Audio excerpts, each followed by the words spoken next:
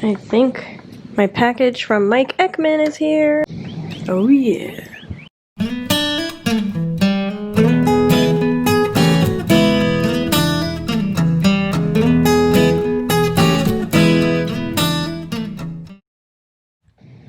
So I'm very grateful that Mike Eckmans lent me his Canon 7 rangefinder after I mentioned that I was looking into buying a Canon P or possibly a Leica or just some sort of a rangefinder camera to give it a try, but they are pretty pricey. So he said that he had one and he would be more than happy to lend it to me for a little while. So here I am opening that up. That beauty. Very excited to get that in the mail and try it out.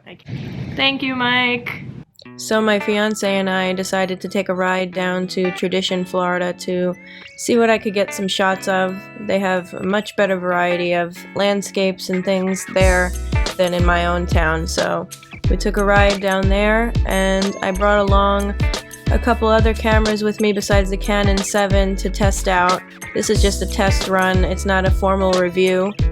Hopefully I'll be able to do that in the future with these cameras, but this was a trip I thought I'd take you guys with me on to test out the Canon 7, a Kodak Premo No. 2 folding camera, and my Nikon F with a clip-on meter that I was also testing out. So I hope you guys enjoy this. We're in Tradition. I want to find places to take pictures. Oh, it's not even there anymore.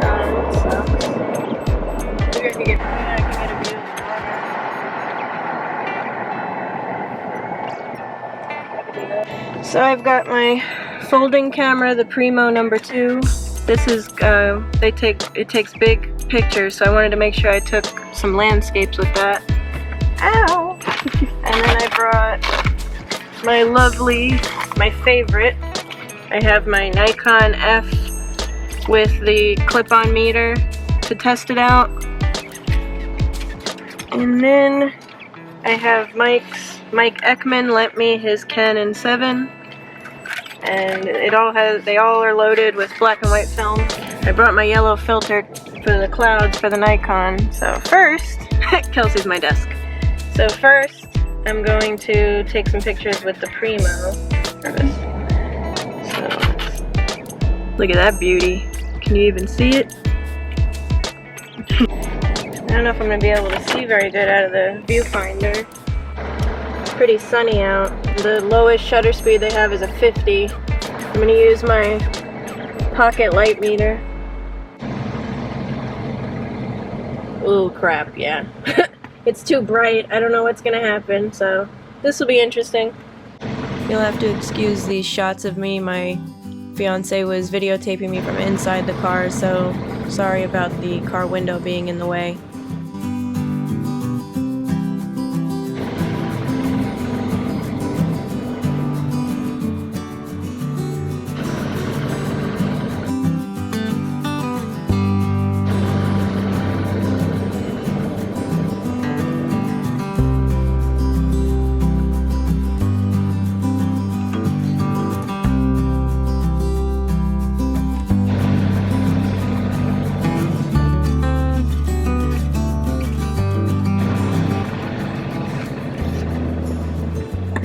There's people making out over there. Hopefully any of those come out. I don't know. We can't wait. Put it back. I wanted to save a couple shots just in case we find something else. Now I want to try these clouds. These clouds are going to be perfect for the Nikon if I can use this filter. Yeah, there we go. So this will be nice. This one has HP5 400 in it, and I'm using the meter on top. So let's see how accurate it is. Now this meter is not through the lens, so it's not going to know that the filter's on it. So these first three shots that I took with the Nikon, I used the selenium meter clip-on that you saw, and it was asking me to open the aperture wide, and obviously that wasn't correct, and I knew it wasn't correct, but I took the shots anyway, just for the purpose of the test. I'm not sure that was accurate though, because it had me open up the aperture all the way. That didn't seem right.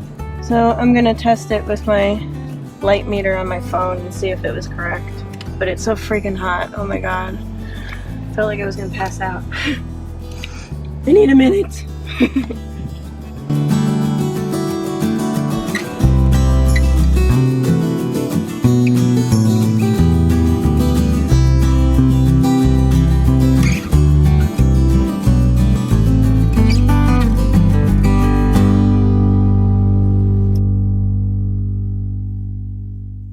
I'm using my app, using my meter.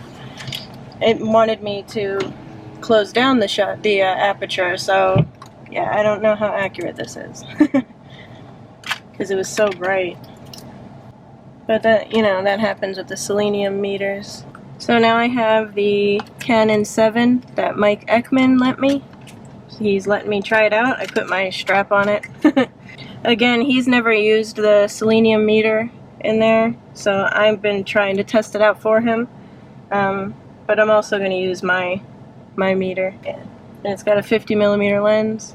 So the first two shots I metered with the selenium meter built into the Canon 7, and they didn't come out too bad, even though the meter was asking me to open the aperture just like the Nikon meter did. And then this last shot I metered using my phone app, and you can see that one actually came darker, and I think that was because of the reflection off of the water. We'll see which ones actually come out, but this is a beautiful camera. Look at that. My goodness. Camera porn right there. Alright, so let's go find a different scenery. Alright, so I'm gonna do the Premo to take a picture of this steeple. I don't know. It's the city building. I really love these shots I got with the Kodak Premo, but you can see the light leaks coming in, and you'll see later that's because the film didn't rewind tight enough onto the take-up spool. You can also see in these other two pictures that the backing paper burned into the pictures as well, and I don't know if that's from the unloading issue or if that's from the red window in the back. Next time I will tape it up and see if that was the issue. So that's the end of this camera. I took all the pictures in there. There's the bridge up there. God, it is so hot. Should have wore flip-flops. I'm gonna die before I reach there. Okay, so now I'm going to try the Nikon again. I'm melting!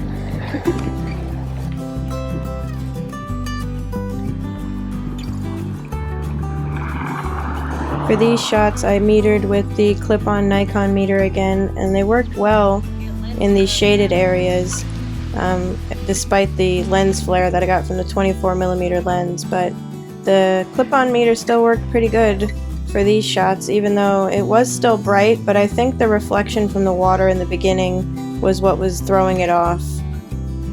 I think we went out farther that time. Alright. That was a waste of walk. I think we went down there. Oh, I'm gonna have a heart attack.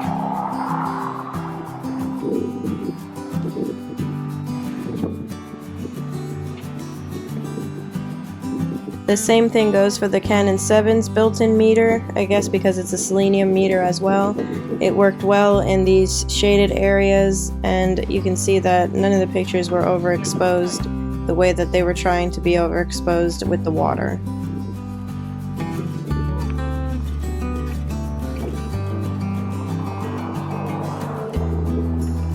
I would like to take pictures over there, but the grass is long and I don't want it to take forever. Okay. Oh. So I'm done with this roll of film in my Premo. So let's see.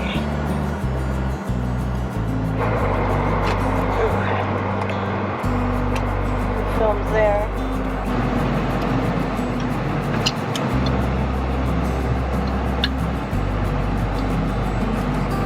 See how it, oh see, it's gonna have, that's why.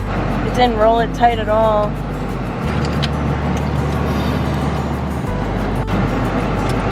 So I'll put it back together.